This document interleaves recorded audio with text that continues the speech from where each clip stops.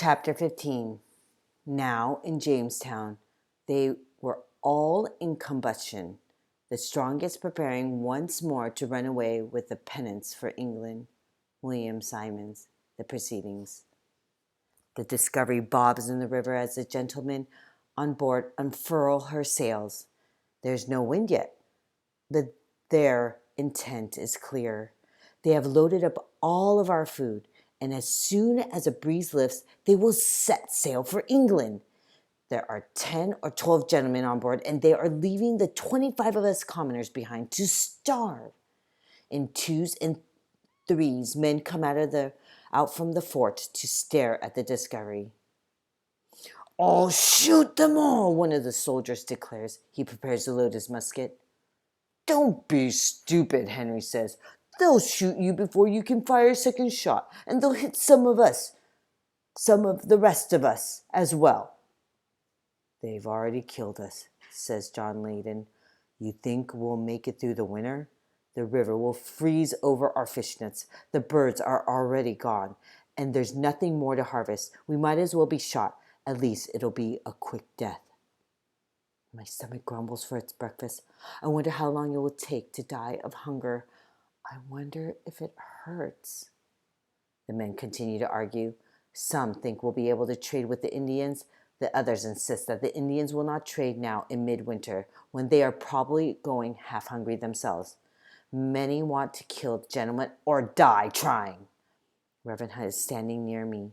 He is staring out at the ship, his face set in grim lines. "It is all lost." "Oh, is it all lost, Reverend?" I ask him. "Are we doomed?" He puts his hand on my shoulder. "Do you see any wind?" he asks. I take a good look at the surface of the river. There is hardly a ripple. I shake my head. "Then the Discovery is not going anywhere. Yet. There is time for me to pray for a miracle." He walks off in the direction of the fort to the chapel. I listen to the men argue about how to shoot to kill the most gentlemen at once. Richard touches my arm. His eyes are bright. "Look," he whispers, pointing back behind us. At first, I think I am seeing a vision, that my imagination is playing tricks. I see a dozen native men emerging from the forest near the fort. Some are bare-chested despite the cold, and some have deerskin mantles thrown over one shoulder. They are walking quickly. There is one man among them who is not quite a native, though not quite a white man either. His hair is reddish-brown, but long and shaggy. He is wearing a deerskin mantle and also slops and shoes. Suddenly, it is as if my eyes clear, and I know who I'm seeing. "Captain Smith!" I cry, and I run full speed to greet him. Everyone starts clamoring at once. "They're leaving us! They've stolen our food!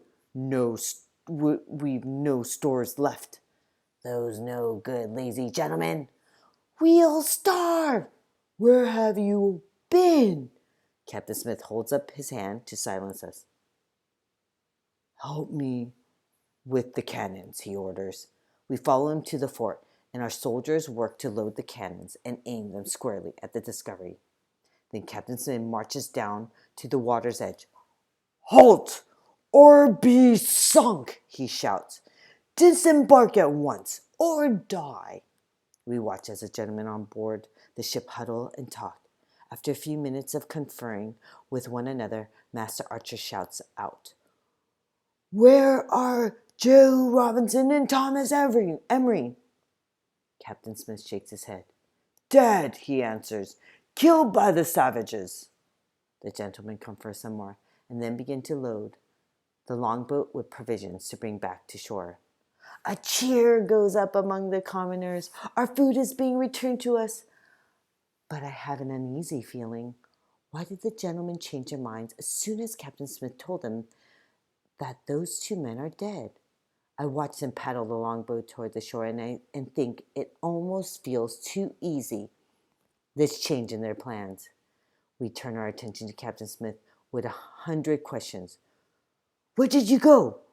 Why did you stay away so long? Did you bring corn? Did the Indians try to kill you? Later, he said. I will tell you all about it later. The group of native men who have come with Captain Smith stand quietly, watching as the gentlemen roll barrels of provisions up the riverbank. Once the Discovery has been unmanned, Captain Smith turns back toward the fort. Pay a cog, he says to the native men. This means to go with them, I say to Richard.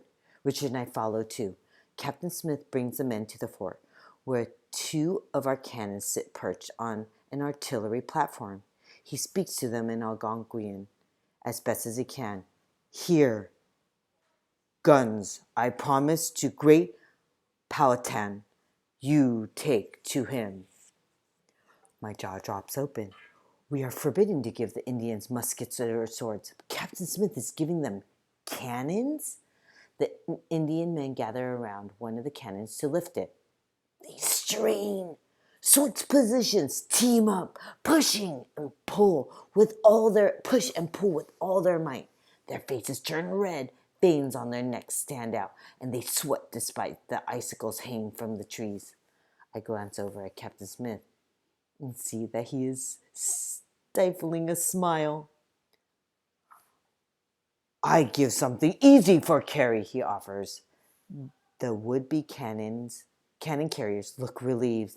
They finally leave with handfuls of intricately colored glass beads, some bells, some mirrors, and a large copper pot.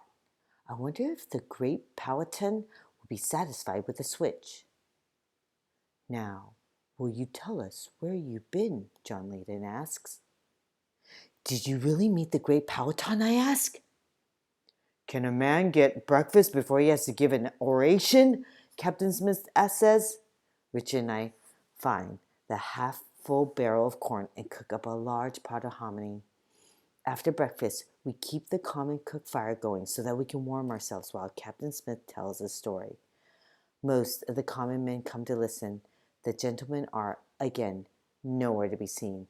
Are they off sulking like scolded dogs? I wonder, or hatching a new plan. But once Captain Smith begins his story, I don't give the gentleman another thought. 200 savages came upon me, he says. They captured me and took me prisoner.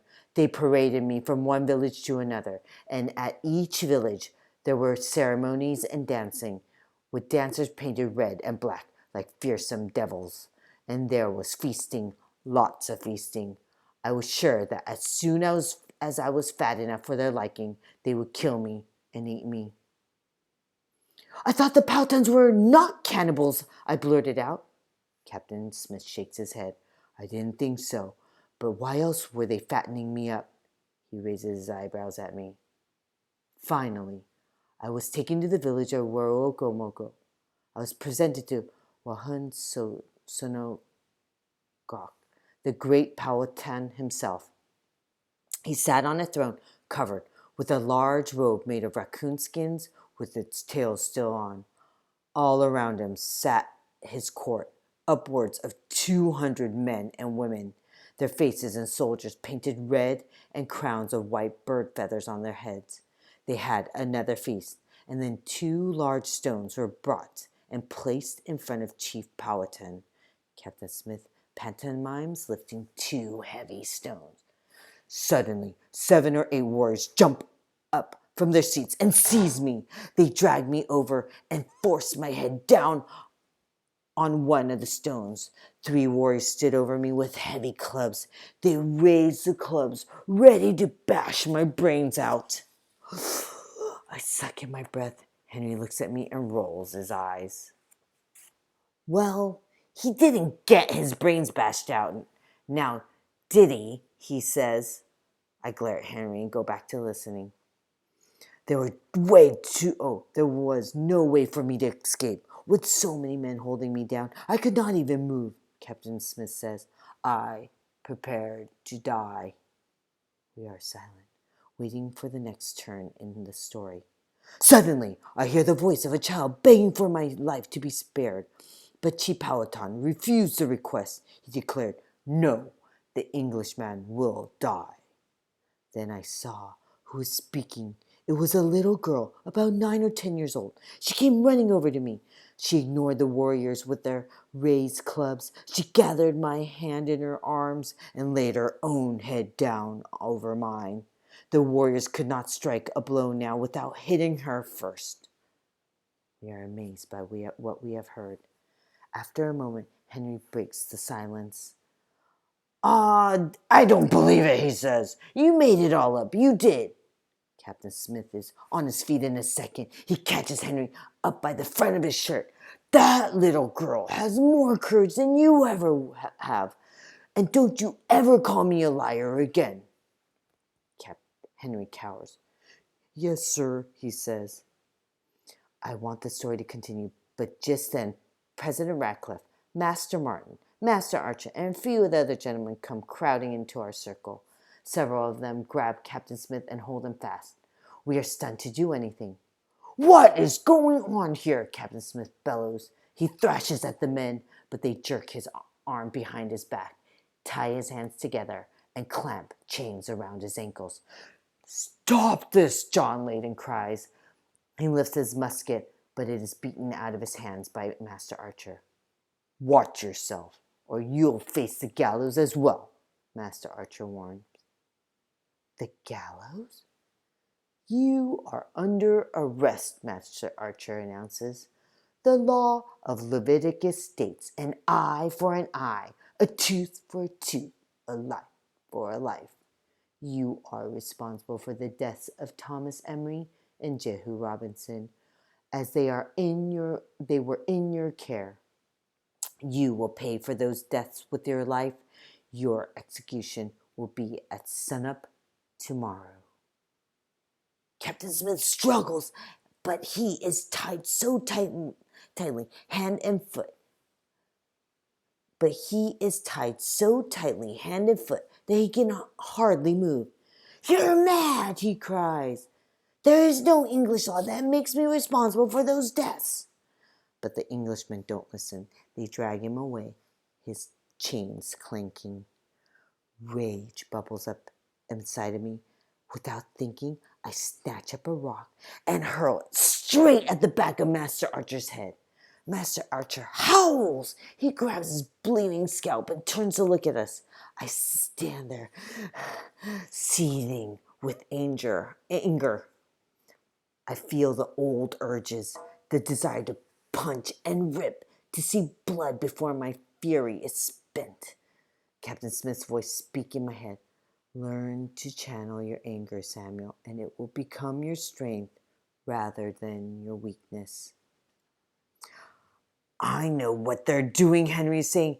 They'll kill Captain Smith, and then they'll go ahead and sail away and leave us to starve.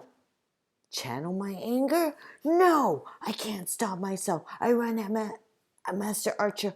I will knock him down and pummel the snot out of him.